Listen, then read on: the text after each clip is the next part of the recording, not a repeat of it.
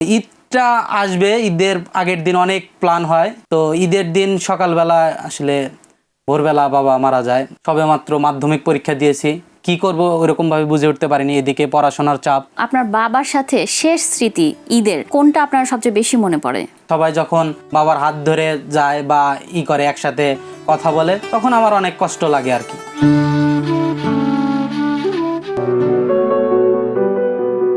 আমার বাবা মারা গেছে 2020 সালে। বাবা মারা গেছে আসলে স্ট্রোক করে। আচ্ছা, মানে এটা কি হঠাৎ করেই নাকি উনি আগে থেকে কোনো রোগে আক্রান্ত ছিল? না, বাবা কোনো রোগে আক্রান্ত ছিল না। 2020 সালে কোরবানি ঈদের দিন সকাল ভোরবেলা মানে বাবা তখন স্ট্রোক করে। স্ট্রোক করার পরে কিছু বেশিক্ষণ আর থাকে না এই দুনিয়ায়, তারপরেই সে চলে যায় আর আমাদেরকে রেখে। তো আপনি কি আপনার বাবা মারা যাওয়ার পর থেকেই মানে কোনো কিছু করার একটা চিন্তা ভাবনা করেছেন? জি, আমি বাবা মারা যাওয়ার পরে ভেবেছিলাম কিছু করব, কিন্তু তখন সবেমাত্র মাধ্যমিক পরীক্ষা দিয়েছি, কি করব ওরকমভাবে বুঝে উঠতে পারিনি। এদিকে পড়াশোনার চাপ, কলেজে ভর্তি হব। তো কলেজে ভর্তি হওয়ার আগ পর্যন্ত আমি কোনো কিছু শুরু করতে সাহস পাইনি। তো যখন আমি মাধ্যমিকে পড়াশোনা করি, ঢাকাতেই তেজগাঁও কলেজে পড়াশোনা করেছি, তো তখন আমার যে পড়াশোনা খরচ চালাতে তখন মানে আমার পরিবারকে হিমশিম খেতে হয়। তখন আমি চিন্তা ভাবনা করি যে আমি নিজে কিছু করব। সেই থেকে আসলে আমার এই উদ্যোগের যাত্রা। আপনি কি ফ্যামিলির বড়?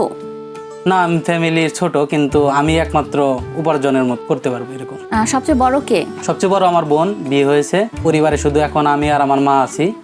আর বোন তো বিয়ে হয়েছে, সে তো শ্বশুর বাড়ি থাকে। আচ্ছা, তো বোন হিসেবে সে কি দায়িত্ব পালন করলো? বোন হিসেবে সে অনেক সাপোর্ট করেছে। যখন আমি আমার উদ্যোগটা নেই, সে তখন আমাকে সাধুবাদ জানায় এবং আমাকে হেল্প করার চেষ্টা করে অনেকভাবে। সে আমার ব্যবসায় ইনভেস্টও করেছে। আমি আসলে আপনার একদম ছোটবেলা থেকে আপনার যে বেড়ে ওঠা সেই গল্পটা শুনতে চাচ্ছিলাম। আসলে ছোটবেলার থেকে আমি বেড়ে উঠেছি, মানে বাবা চাকরি করতো সেনাবাহিনীর, বিভিন্ন জায়গায় তাই পোস্টিংয়ের কারণে অনেক জায়গায় থাকা হয়েছে। একদম ছোটবেলা যখন আমি হাঁটাহাঁটি করতে পারি এরকম, মানে মার কাছ থেকে শোনা, তখন আমরা থেকেছি রংপুরে। তারপরে আবার আমরা বাবা পোস্টিং অন্য জায়গায়, এই জন্য আমরা একদম গ্রামে চলে আসি। দীর্ঘদিন গ্রামে ছিলাম, গ্রামে আসলে বেড়ে ওঠা। তারপরে আমি স্কুলে ভর্তি হই আমাদের এলাকাতেই একটি কিন্ডারগার্টেন স্কুলে। ক্লাস 5 পর্যন্ত ওইখানে পড়ার পরে আমি জামতল সরকারি বহুমুখী উচ্চ বিদ্যালয়ে ওইখানে ভর্তি হই অ্যাডমিশনের মাধ্যমে। তো ওইখানে ক্লাস 10 পর্যন্ত পড়ার পরে এই তো তখন করোনা মহামারীকালীন সময় আসলো 2020 সাল। তো 20 সালে অনেকটা লকডাউন ছুটি, অনেক জায়গায় ঘোরাঘুরি করা হয়। তো তখন রোজার ঈদ আসলো।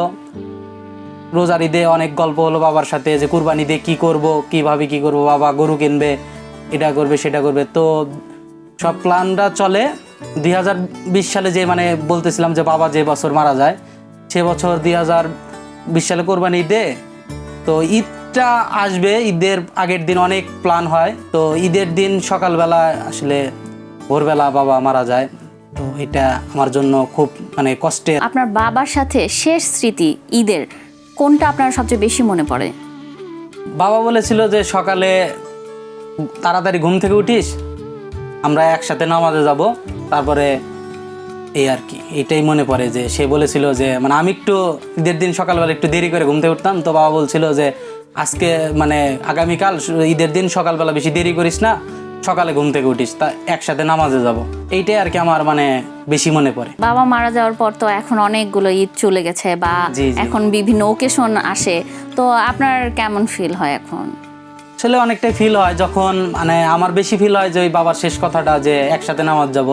ভোরবেলা যখন নামাজে যাই মানে ঈদের দিন সকালবেলা ঈদগাহ মাঠে, তখন যাওয়ার সময় অনেক মনে হয় সবাই যখন বাবার হাত ধরে যায় বা করে একসাথে কথা বলে, তখন আমার অনেক কষ্ট লাগে আর কি।